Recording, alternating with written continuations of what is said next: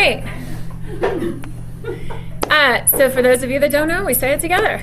All right, to build careers worth having, businesses worth owning, lives worth living, experiences worth giving, and legacies worth leaving. I guess if I give you guys food, it's hard for everybody to talk and eat at the same time. I see everybody taking a bite. It's awesome. God, family, then business, and of course our Y4C2Ts. All right, what bucket fills do you guys have right now? Any bucket fills? Anybody open a door for you, host an open house, do something nice? It's your opportunity to say thank you to them. Yeah? We'd like to thank Jill Wink and Liz King for doing open houses for 2 listens that went live on Thursday. Awesome. Thank you. And guys, all of the Buntinis are thank you to John and Gustavo and Lynn with Focus, so thank you guys. All right, any other bucket fills before we keep going? All right. So congratulations to our July cappers. Nick Bordeaux capped again, so congrats. And I have your cups downstairs, so see me before you leave, please. Royce Fortier capped, congratulations. Becca Jasperson capped. And Mike Weber. MKE Weber. All right, let me move all of this.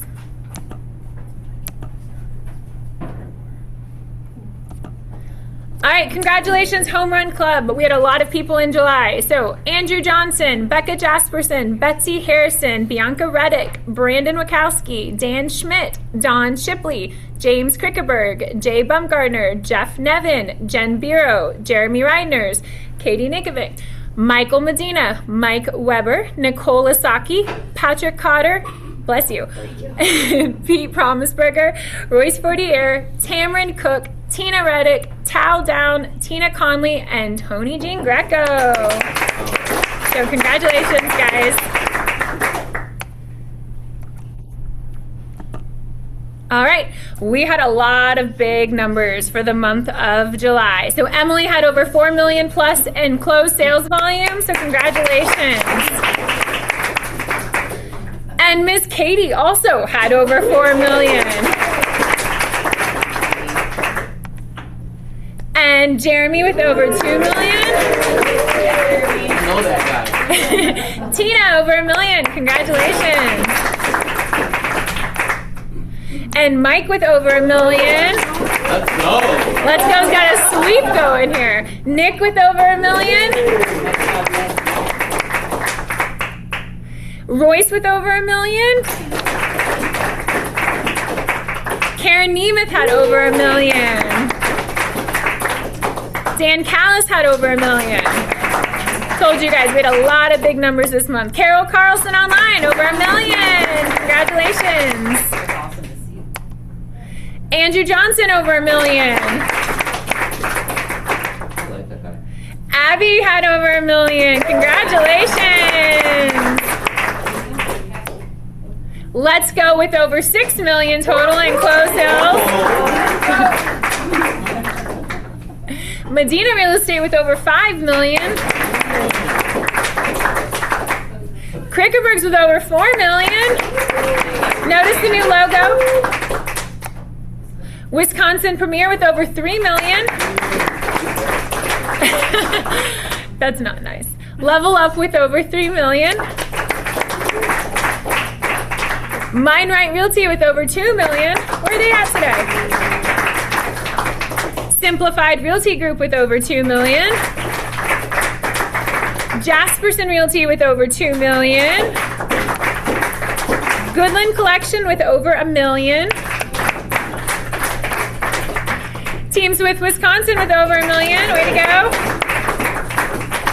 Connected Real Estate with over 1 million. All right, guys, so for individual volume, let me get rid of this bad boy too. Katie coming in, like I said, or Emily starting out at 4.5, Katie coming in at 4.2, Nick with 1.5, Royce with 1.3, Karen with 1.2, Dan Callis with over 1 million, Carol with over $1 million, Andrew Johnson with over $1 million, Abby with over $1 million, and Nicole Saki just missing $1 million, but heck of a month, guys. Heck of a month. Way to make the top 10.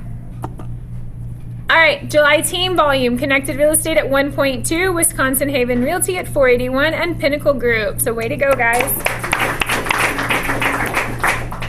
And then all of the group volume, let's go at 6.9, Medina Real Estate at 5.4, Krickeberg 4 million, Wisconsin Premier at 3.3, Level Up at just over 3 million, Mindright Realty at 2.4, Simplified Realty at over 2, Jasperson at 1.4, Goodland Collection at 1.3, and Team Smith Wisconsin over $1 million. Heck of a month, guys. Brandon, there's Buntini's. Celebrating you guys, big numbers. So year to date, these are all of the units you guys have closed, both individuals, starting with Emily at 61 all the way down to Kaylee at 10, team 18 going down to 3, and group, let's go at 88 all the way down to 18 with good collection. So way to go, guys. Huge, huge numbers. You guys should be super proud. So, if you haven't seen downstairs, that is the biggest check that this office has ever given back since it's been open. So that is all of your hard work, and you should be extremely happy. So, that's why you guys have Buntinis today. All right, Charlie, close your eyes because they requested this.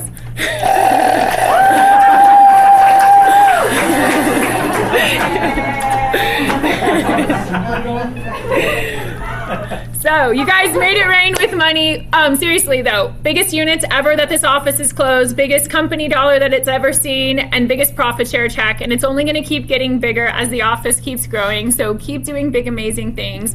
You really owe yourself a huge pat on the back. So, way to go. All right, compliance. Miss Lisa, come on down. She's got a lot of stuff for you guys today. Yep. Some reminders on MLS and altered photos, because I know it can be pretty confusing. So this is coming into play January 1st, 2027.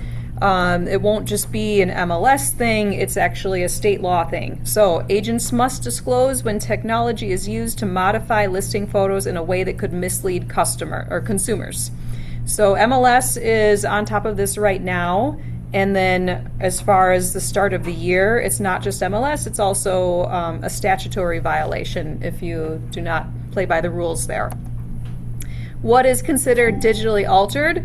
Virtual staging, modifying structures or landscaping, changing views, including removing permanent obstructions. So there's an example where it looks like they added a lawn, which doesn't exist. So yes, that has been digitally altered. They have a question. Yeah. If they just do like the night, oh my god, like The twilight view or change the sky. Yes, sky I believe is fine. I think we've addressed that down the line here. Create a fire in the fireplace. We'll speak on that. We'll speak on that. So what is not considered? Brightness, contrast, color correction, cropping, and sharpening. That's right. When you do alter photos, virtual staging or the like, you upload the original unaltered main listing photo first in the photo collection, and then you upload the original photo immediately followed by the watermarked altered photo. So any altered photo has to have a watermark. You use that, it's a Flex MLS watermark feature. You don't have to add it outside of there. And you have to include the phrase, photos are digitally altered in the public remarks, not the private remarks, the public remarks. Addressing the fireplace. You do not have to watermark a fireplace that has fire digitally added so long as it is a functional fireplace that really does work. And if you change the sky, as long as it remains realistic, you do not have to watermark. And removal of clutter or furniture, you do not need to watermark. Does that answer your question? Yeah. Because it's removal of clutter or furniture, those are not permanent items. Staying in the home, yeah. So you can remove those and not watermark that. Yeah, so question? Oh, yes. So if you, in the picture itself, if you put the watermark and then you just put in the picture itself that it was digitally altered, You does have that suffice then? you have to have it in the public remarks. Yep. Okay, so Yep. then you don't have to put it in the picture then? If you- No, like it has to be watermarked, but you don't Right, have to right. put in little comments under the picture besides the watermark. Okay. All right. And then just a note about celebratory social media posts. You cannot disclose terms of an offer. So even after closing, you can publish the sold price, but you can't disclose anything else about an offer. So just as a reminder, when you're celebrating your, post-closing on things, just the price. That's all you can say. You can say you had multiple offers, but we're not going to say anything else about the terms of the offer that closed. When it comes to multiple offers, is it just that generic, or keep saying you had 10 offers, or 10 plus, or 5 plus, or just use the word multiple? I don't know that there's a rule about disclosing specific number of offers. If you're worried about it, just say multiple. Yeah. If you had 2, just say multiple. Well, yeah. I'm just curious. Yeah. I would just tell you from my experience, you will see agents get in more, I think you will start to see agents get in more trouble who are disclosing more sensitive information. And so if you have a question, I would lean more on the error of nebulous, or less is more. Because there has been, I've seen posts where people have disclosed sensitive information, and it's gonna, I think they're gonna start ruling more heavily on that. Yep. Solid advice. Okay, so that's all we'll say on that. And then a reminder, settlement statements. A hard copy of the settlement statement has to be turned into the front desk.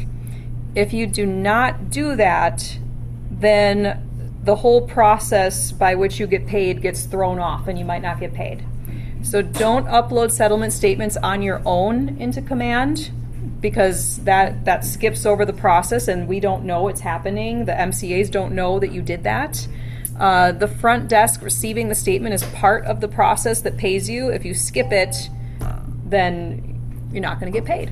So guys, we've had a lot of deals lately where there's excess earnest money, and so in those scenarios, you still have to turn in that settlement statement. We've had a couple where agents are just accidentally, or admins are putting them into Command themselves, and they're maybe not even putting it in the correct spot. They're putting it in the CDA spot, or they're putting it in a different spot.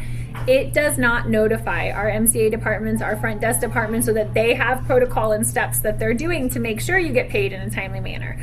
So yes, we're sitting on the excess earnest money, but we don't know that it's time for us to process it. And then sometimes it gets missed from a transmittal, so we have to pull it the next month. So if you want to make sure that you're getting paid in a timely manner, if you guys will just turn in those statements, it'll really help you and everyone involved. Reminder, continuing ed, coursework due December 14th. When you finish it, you get your completion certificate at the very end. Email it to me. And then a reminder of where to call or text when you need help. And that's what I got. Thank you, thank you. All right, education and events. PC coaching has a lot of stuff going on this month, so if you guys haven't been logging in, get on those calls. They're really good. And then there's a lunch and learn scheduled next week on the 18th for those of you not going to Mega Camp at 12 p.m. at the North Shore Training Room. Epic Mortgage is putting that on. And then for those of you that go into Mega Camp, I know Terry Lewis has a ticket for sale discounted for $750 if you're interested, last minute trip. You can see Terry Lewis or send her a message. And then Career Night is happening this Thursday here at the office. I will be teaching it from 6 to 7. So if you have friends, family members, someone that's reached out to you and is interested in getting into real estate and needs to know the basic information, this is your chance to help build your downline. So we have that going on this Thursday night. And then it is Charlie's turn. Come on up. What's up? Watch the money. How's everybody doing? Good. Love it. All right. poke and prod with questions. This group's usually not very shy, which is a good thing. I'll give you some perspective here. For the last 3 months, I've been telling you not to listen to the national narrative around where the market is getting soft, where all these other things. I'm not saying that's here yet, but I think it's coming. We're going to start to feel some softness in the fall. There's some things that are showing up in our data that you need to pay attention to, and the reason I'm bringing it up now in August is to give you forewarning, so when it shows up, you've already done the work to be prepared for when it is here, versus what happens to 99% of the industry. They go a month without it closing, and they're like, what the hell happened? Why did my pipeline dry up? And then they get frustrated, and then they're like in this, oh my God, I can't get out of the hole. What I want to tell you today is there's some things that are showing up that you can do in advance to help you stay out of it, but I got to help you understand where it is. Make sense? Cool. The other thing I'd tell you real quick, listing agents, you're going to be wanting to pay attention because there's some major factors that are going on in the market that if you aren't getting ahead of it with your clients, you will get canceled. Okay? So a couple things to start. One, as it relates to your business, you need to be thinking about your model in this way. What's my brand and what's my promise? You have to understand it and live it every day, and you have to attack every day like it's day one. Two, you have to think about how data feeds your brand and how you think about how data is integrated in all aspects of your business in order to embrace it, to identify your vital signs. How do you implement AI to accelerate trends and insights in your strategies? And what are your marketing mediums in terms of where does your brand promise live and how do you communicate it with what intensity and frequency? I'd be thinking about that now, like especially as we head into Q3, Q4 of 26 and into Q1 of 27. Just something to think about. The second piece that I'd share with you is I want to lead with your mindset. We're coming out of a period where you've been running on a hamster wheel since March. And it's been a great run. We've had a great summer. I'll help you explain why that is. And just looking at the July results, you're feeling the impacts of it as it relates to your income. But the challenge of it is when you've been on a hamster wheel, and also, let's just be real, for those of you who have kids, like there's 3 weeks until school starts. A lot of people are on vacation this week, next week, and the following week because there's no more camps. There's nothing to do. And I wanted to ground you in a few concepts so that you're prepared for if the market shifts, how you're thinking about it. A couple things. Someone shared with me 2 weeks ago on a call on a Thursday, not in the real estate business. He said if you can change your attitude and energy level, you will watch your entire world change around you because the people desire to be in your presence. But it can only happen with intentionality and effort. In order to be attractive, you have to make yourself attractive. It starts with your attitude and energy. Okay? Second, and this is an excerpt from an article I read around the parallels of John Wooden and Ted Lasso, for those of you that have watched Ted Lasso. Okay? But basically, they outlined there were 4 main key points that made John Wooden and Ted Lasso successful. 1, they light up the space they occupy. 2, they aren't selfish or egocentric.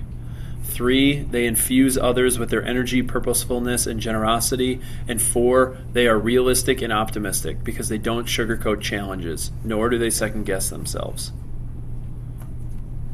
Because the power of optimism drives their decision to pursue challenges. Kind of a foreshadow here. Okay?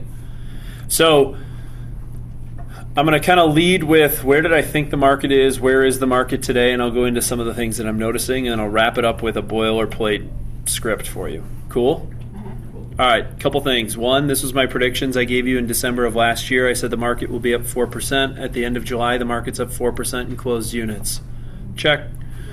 2, I said the market will be up more than 8% in volume. It's up 8.7%. Check. I thought rates would stabilize at 6 to 6.2, but I also said the caveat to that was a geopolitical conflict. I didn't know where the geopolitical conflict would show up, but it did. It caused rates to spike. Today we're sitting around 6.7%. And then I talked about inventory, thawing and unlocking, which came through. Check. Demand demographics are in our favor, check. And I talked about the Wisconsin advantage, check. The only reason I share this with you is so that you know I do a lot of research to actually give you really accurate information. And so this is my way of kind of stunting to say, like, look, I try and lead you with really factual data so that you can make good decisions for your business. And a lot of what I've thought through is coming to fruition. Okay?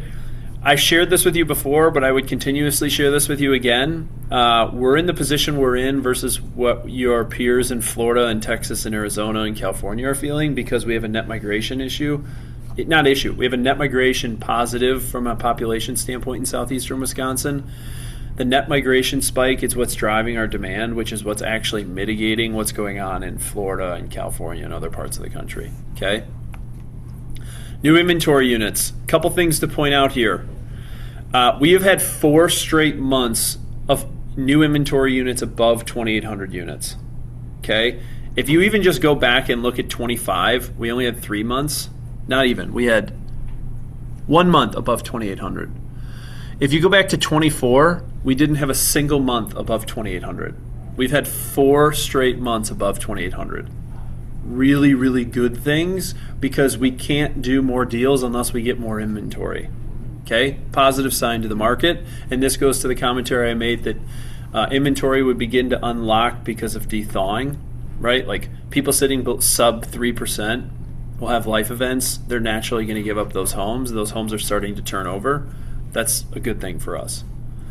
Now, here's what I would also tell you. This is the latest 2 years worth of data. Here's the latest 24 weeks, just going back to February 23rd of 2026. I would also tell you, and this is normal based on seasonality, we're at the apex of our market. From now through the end of the year, you're going to start to feel the market slide. Very normal for it to happen. But just know, last year, the apex happened in May. This year, the apex happened in July, which means net throughout 2026. The results you saw in July should buoy what it is that you take home for 2026, but we're in a good spot. 2, total inventory units. Last month, we were at 6,855 total inventory units in the 5-county metro area. Couple things to point out. The tide has been rising for several months. And when you look at this on a weekly basis over the last 24 weeks, the tide is rising, okay? Here's what you need to hear as a listing agent. Your sellers have more competition now than they have at any point in 2026. You will see data and that supports that commentary, but they have to be realistic about their expectations because as we sit here on August 11th is a vastly different market than where we sat in June 11th. Even though it was 60 days, it shows you how quickly it can shift for sellers. Your sellers who have friends that sold in April, March, May, whatever it might be, vastly different market. You have to be very prescriptive in how you help educate your sellers to make sure that you can achieve what it is that they want to get out of their outcomes, but we're in a different market. There's more competition. I'll have more on that in a second. The other piece of it, expired listing inventory is up substantially. Sorry, this says June. It should say July. That was an editing error. July of this year versus July of last year was up 39%. July versus July of 24, it's up 73%. Guys, 2 things are happening. You have more sellers that are testing the market to see what they will get for their home and then pulling it off if they don't like their price. And 2, if you buy a listing because you outsize expectations of what the price will be, they are giving you the hook faster than ever before. By the way, if you don't believe it, here's the weekly expired listing inventory on a weekly basis in 2026. Point being is, you have to have a really sharp pencil and right-size expectations when you go into your listing presentations. Or if you're lead generating, I'd make a really strong argument. There's never been a better time to call FSBOs and expireds. Not necessarily FSBOs, but definitely expireds. There's more than there's ever been. Now I'm going to go into more macroeconomic conversations to help you understand a few things. Because I think rates and the commoditizing of rates is going to be an impact of where I think softness could create some issues for us heading into the fourth quarter of 26. One, I always look at crude oil futures because when you look at crude oil, it's a leading indicator of where rates will go. If you just look here in the past month, crude oil is up roughly 6%, and it really started in the beginning of like August 4th or 5th, which is last week. And if you just look at this spike right here from, let's just call it August 5th, to where it is today from a crude oil perspective, it would explain why you saw a rise from August 5th through to where we are today on mortgage rates. Okay? Again, I look at oil as a way of a leading indicator to say, where are rates going to go? It looks like rates are going to continue to trend up unless we get some relief on oil.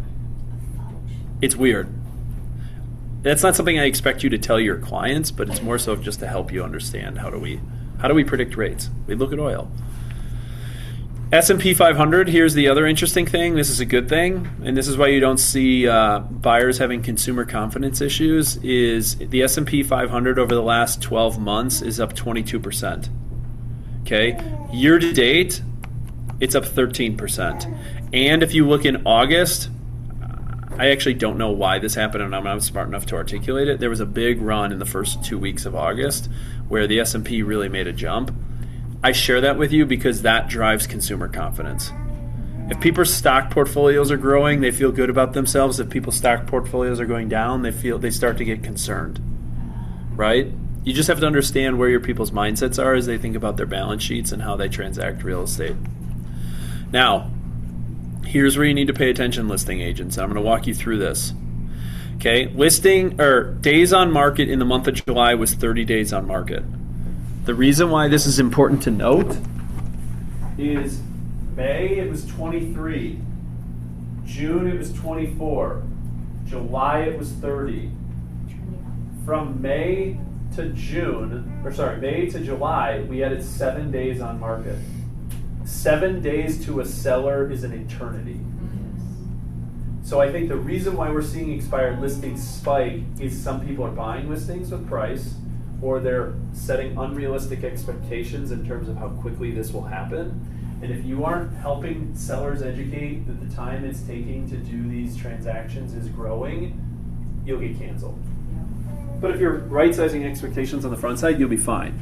Just be aware that it's happening. By the way, this is also happening nationally. Days on market are growing, which tells you there's some softness. Good news is here locally, our demand isn't necessarily getting softer because of the net migration in population, but you just have to know that like now days on market we're following, also internally, and I don't have all this data yet, our CAMRs have actually spiked. You guys are probably feeling it. When you have days on market increasing and you have CAMRs increasing, it also tells you that the market is starting to shift. Okay? Sales absorption rate, I look at this because it's the percentage of inventory that sold in a given month. We look at this just to check trends on where buyer demand is. This is healthy, which again goes to my theory that buyer demand hasn't really subsided, although rates will be an issue if they continue to rise. We just have more inventory in the market going on, so buyers have more choice. And I'll break that down here in a second. And then this is where you're seeing some of the impacts on pricing. Pricing has softened a little bit, but it's still healthy. When I say soft, don't mean alarm bells. Up 3% on the average, up 7.5% on the median, and up 7.5% on the average over 2 years, and up 10% on the median over 2 years. All healthy, but it's something I'm paying attention to as we head into the fall where we might see some appreciation softness. Again, a lot of my commentary right now is really focused at listing agents. Like, sharpen your pencil on pricing, sharpen your pencil on setting expectations of how quickly this will happen. Buyers have more optionality. There's more inventory on the market, and they're getting pickier, and we're seeing it because the data is telling us. There's a lot of columns and a lot of data on this. I provided you what happened in spring of 24. I showed you what happened in spring of 25, and I showed you what happened in spring of 26 to give you a 3-year historical average. But I just want to focus on the yellow column for a second. Just in July of this year, let's just look at where we were in March and April. We averaged 103% list price to accepted offer ratio. Now we're at 101. We lost 200 basis points. And when you consider 200 basis points on a $400,000 home, that's a pretty significant loss. Okay? Not loss, it's not bad. I'm just being realistic about seller expectations because buyers have taken back more control. The second thing, inspection contingencies. Let's just look at where we were in June versus where we were in July. June, majority had no inspection. July, 2/3 of our transactions had inspection contingencies. Okay? Of those that had inspection contingencies, 45% of them had a threshold with the average threshold of $7,000. And what's interesting, as buyers take back more control in the negotiating power, co-broke compensation went up to 2.36%. So when the market is more competitive, buyer's agency are utilizing their buyer agent commission to get more deals done. And as the market gets softer, they've taken back a bit more control. So when you go into a listing, or when you go into a presentation, I just heard this weekend from my wife. She showed a house on Sunday at 8 a.m. The listing agent said, just so you know, the buyer's agent's commission isn't included in the deal. And she laughed and said, how many offers do you have? And she said, none. And she said, all right, we'll see about that. More so being like, sellers don't have as much control over the negotiating power as they did even 30 days ago. Yeah. Right? So here's my, go ahead. I was just wondering your opinion, like how much of that is actually related to like changes in the market versus just sellers being unrealistic? Because I feel like there's a tale of two markets. Like I wrote an offer on a house for $1 million. There were 6 offers just a couple days ago. I see great houses come on, they get a ton of offers, but then you have people who are like blatantly overpriced, and yes, they're sitting, right? So like how much of this is just like bad behavior, bad advice versus actual things changing? I think it's 2 factors. I think there's a component of bad advice for sure. You can't ignore when every other part of the country is having softness, and we've been hearing about it since like May, June, that like naturally it will creep here. Also, part of your example of like $1 million home that had 6 offers, some of this is hyper local. Like hyper local. And so, I don't know, Greenfield, a $500,000 house in Greenfield and a $500,000 house in Jackson. The level of competitiveness might be different. I can just use the example because I live there, like Whitefish Bay.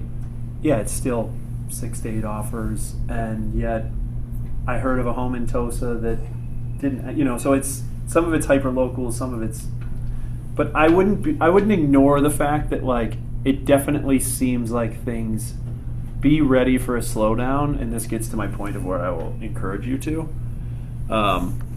is this, couple things. Demand has remained consistent. Buyers are proceeding cautiously, and an increase in inventory is creating more optionality for buyers. The buyers haven't gone away, but we are paying attention to rates, because if rates get above 7%, this thing could slow down pretty quickly. Just be prepared, right? 2, sellers or inventory. New inventory coming to the market is really healthy. Having 4 straight months at 2,800 is really good. We've also operated in a market that was like really depressed for inventory. We're seeing that unlocking of the sub 3% homes coming to market. Sellers have to realize they have more competition right now. They do. Their competitive set is who's on the market now, not who was on the market in June, right? Everyone wants to look at comps. Comps are comparables, but they're not who you're competing with today. More inventory is creating more options for buyers. There's 2 kinds of sellers, those that have to sell, which makes 75% of the market, and those that want to cash in on their equity, which is 25% of the market. These are the patient sellers. And just know expireds are increasing pace. Yeah, Mark. Something that we've been trying to institute a little bit more, if we're working with sellers that are a little further out, and we would tell everybody to start early, like meet with us early so we can talk about it. We've been having people work with us on our contracts, but we tell them before we go to market, we're going to redo all the numbers again right before we list again, or before we list, only because we don't want to lock them in early without having that number figured out. But to be honest, even people that we've started the process with between now and then, there's been dramatic changes. And Tanner and I noticed this last week. We each had a listing on Thursday. The open houses were okay. As far as number, but we don't have an offer on one, and we just got one that's lower than what it should be, that we just received on. So we're definitely noticing. And I think the other thing to take into account too is that we're at 15,500 homes in the market, right, in MLS. That's a lot of houses. We haven't had 15,500 in a very, very, I don't even know. Yeah, there's more. You know what the crazy thing is? And it's just the recency bias.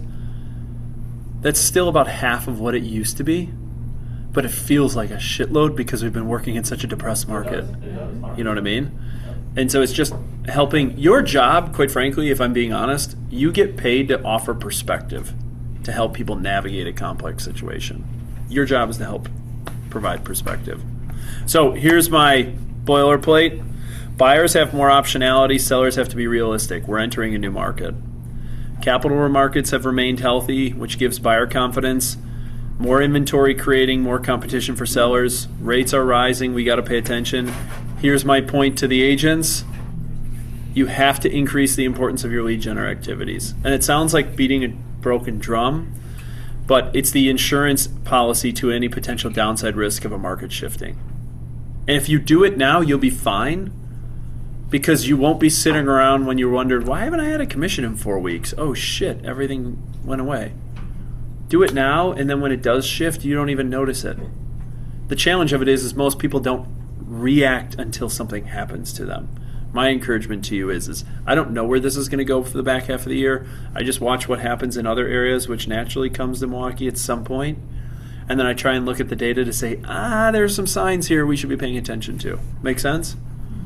I'll keep you up to speed on what's going on. Lastly, just to finish it out, this is through July. Here's the year-to-date performance. As you guys felt in the month of July, our results are just a reflection of your results. As a whole, we're outperforming the market by 95%. It's incredible. I mean, what you guys are doing. 2, here's the rolling 12-month trend, so you can see where the separators between the haves and the have-nots in terms of productivity. And then, as I always just share from an inspiration and aspirational perspective, everyone desires to work in higher-end price points. You make more for doing fewer units. We outkick the coverage as it relates to the high end, and here's the separator of the haves and the have-nots. So you guys are doing incredible things. My word of caution, I would just go back to this, is be realistic about where we are and where we're headed. Do the work now, and it's the best insurance policy you'll have come the holidays. You don't want to get caught in the holidays where all of a sudden there's no market activity and you didn't do enough to put the insurance in place to make sure you had an income. Make sense? Yeah. Set realistic expectations with your sellers. Buyers have a little bit more leeway to play with right now, but they haven't gone away. There's just more inventory to work with. So we're in a good spot. Is just pay attention to it. Cool? Awesome. That's all I got. Any other questions? No? Sweet. Chop wood, carry water. Time to go to work. All right, guys.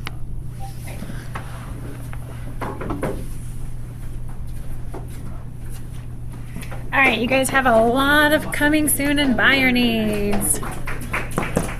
All right, Jen Barrow, address is 1308 South 9th Street in Watertown, 3-bed, 1.5 bath, square feet, 1,200. So if you guys have anyone. Tony Jean Greco, 5499, 5-bed, 3-bath, 3,007 square feet in Milwaukee. And then they also have one for $169. This is that garage he talked about a couple weeks ago that has like the lifts in it and stuff. They're looking to get rid of. Greenfield, Wisconsin. And then $379, a 3-bed, 1.5 bath, 1,522 square feet. And this is on Highland Drive in Waukesha. Open houses Saturday and Sunday, 11 to 1. And then $324.9, 2-bed, 2-bath, 1,345 square feet on Emerald Circle in Brookfield. And then Saturday and Sunday as well, 11 to 1, open house availability. $399.9, 3-bed, 2.5 bath, 1,756 square feet. This one's on Teakwood Court in Sussex. And then $300,000, 3-bed, 1-bath, 1,064 square feet on Birchwood Ave in Milwaukee. And 3-bed, 1.5 bath, 1,456 square feet in Greenfield on Whitaker Ave. Looks like you guys are gonna have to reach out to him for more details on that one. $475, 3-bed, 2-bath, 1,678 square feet on Oak Hill Circle in Rochester. All right, Mark and Sheila Smith, Team Smith, Wisconsin, 479.9, 4-bed, 2-bath, 2,600 square feet, open concept ranch on a cul-de-sac in Heartland, vaulted ceilings, natural fireplace, private backyard with spectacular summer views. Seller open to single party before going to market. Off market now, open to single party. Steph Sosa, 535, 3-bed, 3-bath, side-by-side ranch condo, 2,339 square feet, bright and sunny finished lower level with partial exposure, 2-year new construction, and this one's in Greenfield, going live Friday. Taylor has one, 425, 5-bed, 3.5-bath, 3,668 square feet on 0.4 of an acre, view of Camp Lake. 2 living rooms, 2 decks, 1 balcony, fireplace, master suite with master bath and walk-in closet. All generous sized rooms. It's in delayed until 8/13. And then she's got another one, 179, 4-bed, 1-bath, 0.4 acre, view of Camp Lake as well. Same description. Seems odd. Maybe that's the lot next to it. All right, does anybody have any that did not make it in that you need to go over? Nicole? I do. I have one in Caledonia that just went live on Sunday. It's a 4-bedroom, 1.5-bath. It does need some work at $289. The hardwood floors need to be refinished, just repainted, and maybe just a new bath vanity. So if you have a buyer, I'd love to chat. Awesome. Anyone else? All right, guys. Well, that's it. You guys, there's some buntinis left up here, so if you didn't get any or if you want an extra one, come grab one before we load them up and take them down to the kitchen. Yeah, what was that? It did smell good. Oh, my kids have eaten that. I haven't tried it before.